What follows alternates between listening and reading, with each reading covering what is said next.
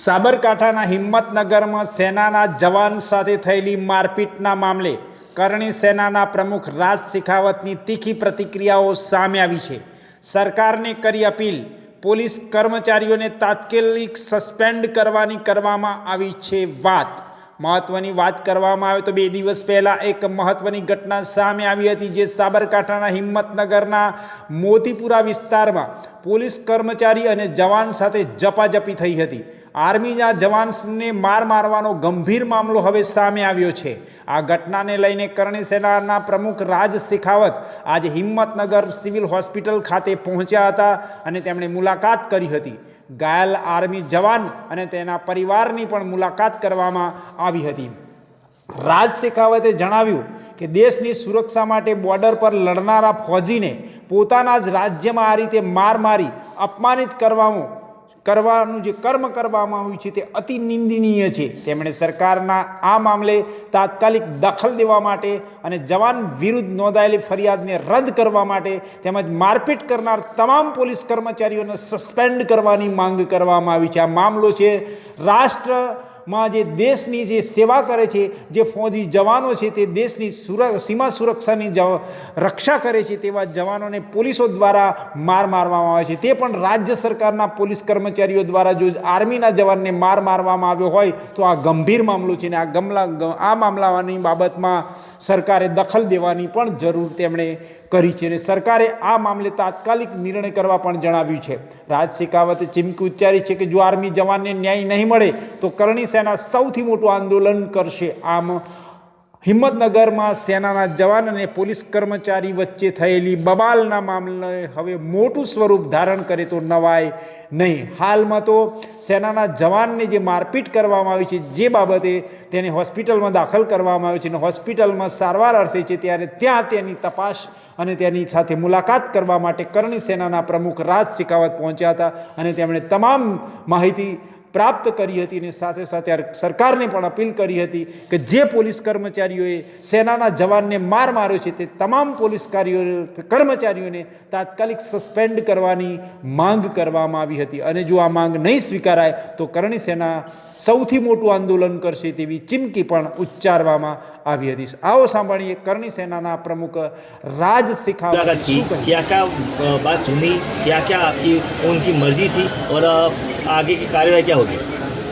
હવે આ ઘટના વિશે તો આખું ગુજરાત જાણે છે અને આખું ભારત હવે જાણવા લાગ્યું છે, કારણ કે મેં પોતે ટ્વીટ કર્યું છે મુખ્યમંત્રી ગૃહમંત્રીને કે આ જે ફૌજી છે જેના ઉપર અમુક પોલીસ કર્મીઓ દ્વારા હુમલો કરવામાં આવ્યો, ભાઈ સંવિધાન છે, સંવિધાનની કાર્યવાહી તમારે કરવી, અમને વાંધો જ નહોતો, પરંતુ તમે સંવિધાનના રક્ષક છો, સંવિધાનને તમે હાથમાં લો છો અને તમે એના ઉપર હુમલો કરો છો, એને તમે મૂઢ મારો છો અને દુર્ભાગ્ય જુઓ કે પછી તમે એના ઉપર ફરિયાદ પણ કરો છો। એની ભૂલ શું? માત્ર એક બ્લેક પટ્ટી। હું ગુજરાત સરકારને અને પ્રશાસનને કહેવા માગું છું કે બ્લેક પટ્ટીવાળા તો ઘણા બધા ફરે છે, ઘણા બધા બ્લેક પટ્ટી લગાવીને ફરે છે ને ભાઈ। સરકારી કર્મચારીઓ ફરે છે, પોલીસ પ્રશાસનના અધિકારીઓ ફરે છે, પોલીસ પ્રશાસનના કર્મચારીઓ ફરે છે, પોલિટિકલ લોકો પણ ફરે છે, તો પછી આ એક ફૌજી સાથે આટલું દુર્વ્યવહાર શા માટે?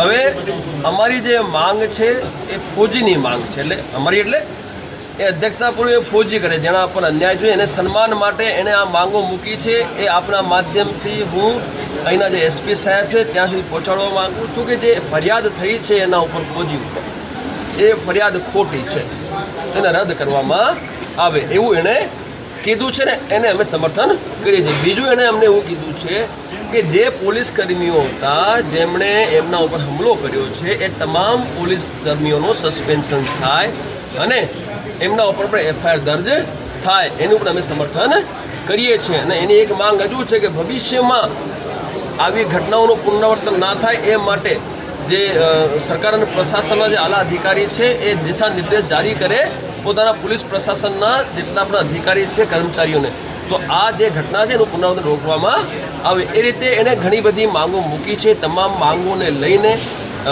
અમે એને સમર્થન કરીએ છીએ ને અમે આપણા માધ્યમથી ગુજરાત સરકાર અને પ્રશાસનને 14 તારીખ સુધીનો સમય આપી રહ્યા છીએ કે આ એક અઠવાડિયું તમારી પાસે છે આ અઠવાડિયામાં તમારે આ તમામ માંગો ઉપર કાર્યવાહી કરવાની રહેશે અને જો ન્યાય નહીં આપો તો પછી ન્યાય લેતા અમને આવડે છે, પહેલાં લીધા છે, અત્યારે પણ લઈ શકીએ છીએ, આગળ પણ લઈશું. અને હું તો આગ્રહ કરું છું તમામને, જેટલા પણ તમામના હું આગ્રહ છે ભાઈ, આ રાજનૈતિક પાર્ટીઓ જે છે ને એ માત્ર વોટની ભાષા સમજે. શાની ભાષા સમજે? વોટની ભાષા. જો આપણા ફોજીને ન્યાય ના મળે ને સાહેબ, તો અત્યારે સરકાર કોની છે? અહીંયા ભાજપની સરકાર છે. કોની છે? એટલે ભાજપ પણ કામ કરીને સાંભળી લે. જો આને ન્યાય નહીં મળે તો આવનારા જે ચુનાવો છે એમાં અમે ભાજપાનો બહિષ્કાર કરીશું, વોટ નહીં આપીએ. તૈયાર છો બધા? તૈયાર છો? સાંભળી લેજો. એટલે તમે ન્યાય અપાવવામાં અમારી સહાયતા કરો, નહીતર આજ નહીં આખા ગુજરાતના ઘર ઘર જઈને હું બહિષ્કાર કરવાઈશ ભાજપાનો. ન્યાય જોઈએ. વોટની ચોટ મારતા અમને આવડે છે, એટલે અમને મજબૂર ના કરતા. આ ફોજીને ન્યાય આપવો એ તમારું દાયિત્વ છે. અને ન્યાય નહીં મળે તો 14 તારીખે સાબરકાંઠામાં સમય બતાવી દઈશું, જગ્યા બતાવી દઈશું. આખા ગુજરાતના લાખો લોકોને અમે ભેગા કરી દઈશું અને પછી ના કહેતા. અને અમે ન્યાય લઈશું પણ એલા A ડિવિઝન પોલીસ સ્ટેશનથી, જ્યાં આ ઘટના થઈ છે, જે ઘટનાના ત્યાં દોષીઓ ત્યાં ડ્યુટી કરે છે એમનાથી જ અમે ન્યાય લઈશું. અમે ત્યાં જ જઈશું અને લાખોની સંખ્યામાં ત્યાં જઈશું અમે. અને જે ફરિયાદ ખોટી થઈ છે એ ફરિયાદ પણ પાછી થશે અને સામેના દોષો પર ફરિયાદ 1,00,000% અમે કરાવીશું. આ ઉપરાંત જે ભારતભરમાં કે ગુજરાતમાં અનેક આર્મી, એક્સ આર્મી હોય કે ભાઈ આર્મી જવાન હોય, એમના ઉપર પણ હુમલા થતા હોય છે. એ વિશે તમે શું કહેવા માંગો? મેં તમને શું કીધું ભાઈ, આ ઘટનાઓનું પુનરાવર્તન રોકવા માટે પ્રદેશ સરકાર તો દિશા નિર્દેશ જારી કરે જ, પણ હું કહું છું કે કેન્દ્ર સરકાર પણ દિશા નિર્દેશ જારી કરે કે દેશભરમાં કોઈ પણ ફોજી હોય ભાઈ, એની ભૂલ પણ હોય નાની મોટી, તો એને તમે જવા દો. એના સાથે તમે મારામારી ના કરો, કારણ કે એ દેશની રક્ષા કરે છે ભાઈ. આ તમે જો ગ્લેશિયર આટલા મોટા મોટા બરફના ડુંગરો ઉપર તમારી રક્ષા માટે એ લોકો રહે છે. આટલી ધૂપ જે હોય છે, જે તડકો હોય છે, એમાં એ તમારી માટે રાજસ્થાનના બોર્ડર, ગુજરાત બોર્ડર પર તમારા માટે સેવાનું કામ કરે છે. તો એમનું તમે માન રાખો, એવું કંઈક ગોઠવવું પડે આ સરકારને, આ જે કેન્દ્ર સરકાર અને પ્રદેશ સરકાર દ્વારા. પહેલી વાત બેન, ગિરફતારી નહીં થવા દઈએ. જો ગિરફતારી થશે ને બેન, તો આખા સાબરકાંઠામાં છે ને તહેલકો મચી જશે. અમે છે ને ઈટ પથ્થર કરી નાખીશું બેન, તમે ચિંતા ના કરો. એ બેન તમે સમજો, પછી જે દોષી પોલીસ કર્મી છે, જો આખી પોલીસને આપણે બ્લેમ ના કરી શકીએ. આખી પોલીસનું વાંક નથી, પરંતુ વાંક જેનું છે એને આપણે મૂકવાના પણ નથી. તમારા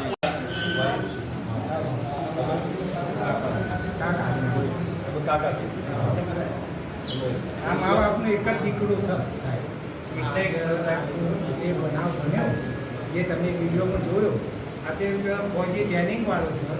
સિવિલિયન આદમી તો પતી જ ગયો, કોરીની અંદર મારપીટ કરી. એટલે આપણું જે પણ સંગઠન કરણી સેનાનું, હું જ્યારે બેસી જાઉં મગનભાઈ સાહેબ, તો પૂરી કરણી સેના મારા અહીંયા હિંમતનગરમાં જો. હા, बोलो फौजी साहब हो गई, ठीक है, वो घटना नहीं होनी चाहिए. यदि आपने गाड़ी पे काले कांच लगाए हैं तो कानूनी कार्रवाई जो है वो करनी चाहिए, इनको कोई आपत्ति थोड़ी थी. और फिर मुझे जानकारी मिली कि आपने ये भी बताया कि आपके भाई भी शायद पुलिस में है और शायद गाड़ी भी किसी आपके परिवार की थी जो शायद पुलिस प्रशासन से ही है. और काले कांच तो मैंने देखा है क्राइम वाले भी लगा के घूमते हैं, LCB वाले भी लगा के घूमते हैं. अरे भाई घूमते तो सारे ही हैं, फिर बिना नंबर प्लेट की गाड़ी भी लेके घूमते हैं, मैंने देखा है. तो उनको तो पुलिस है ना अलाउ कर रही है. भाई देश तो एक है, कानून भी एक है, तो लागू सब पे होता है. और आप तो फौजी हो, मैंने देखा ये पुलिस वाले जान पहचान के लोगों को तो जाने ही देते हैं.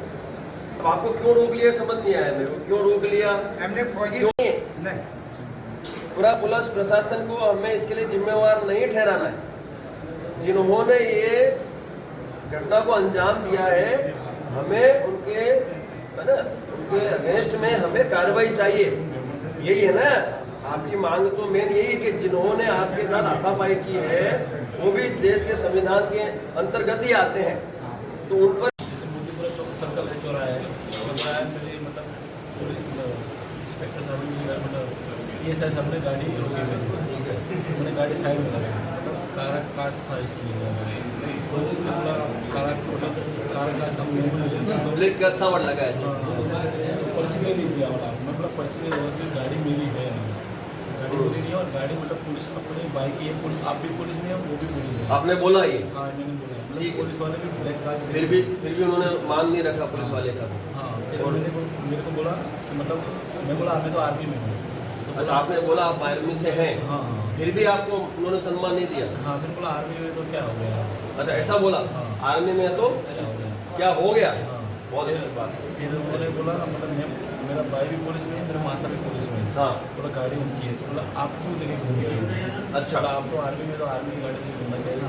अच्छा, यानी उन्होंने आर्ग्यूमेंट किया आपके साथ। फिर बोला ये स्टिकर किसने लगाया, मतलब स्टिकर तो मतलब वो पुलिस में है इसलिए उन्होंने लगाया। अच्छा, उनका लगा हुआ है, पुलिस का स्टिकर लगा हुआ है, वो तो लगाते ही हैं सर, कोई बात नहीं। ठीक है, तो फिर मैं ये कर रहा था, फिर मैं बोला हम काले कांच है, कोई बात नहीं, चलो गलती मेरी भी है, काला कांच है, ठीक है।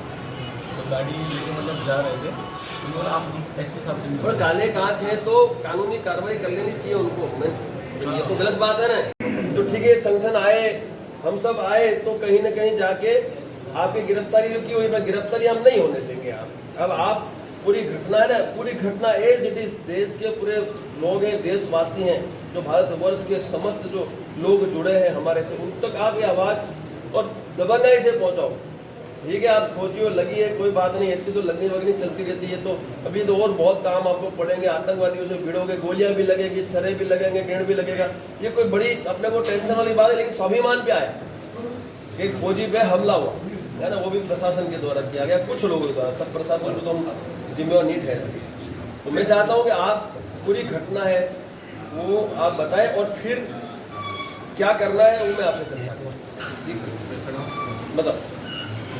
બધું સુધી જો અવાજ નહીં નીકળતો, બોલાતું નથી, પેશાબ નથી થતો, પગું જો નહીં થતો, અંદર એક मैं इनसे बात कर लूँ। मगन जी, मैं समझ गया आपकी भावनाओं की, मैं कदर करता हूँ। मैं સાંભળવા દઉં। આટલું જે આ ફૌજી ઉપર હુમલો થયો છે, એટલે મારે કીધું અને તમે તમારી ભાવનાઓનું કદર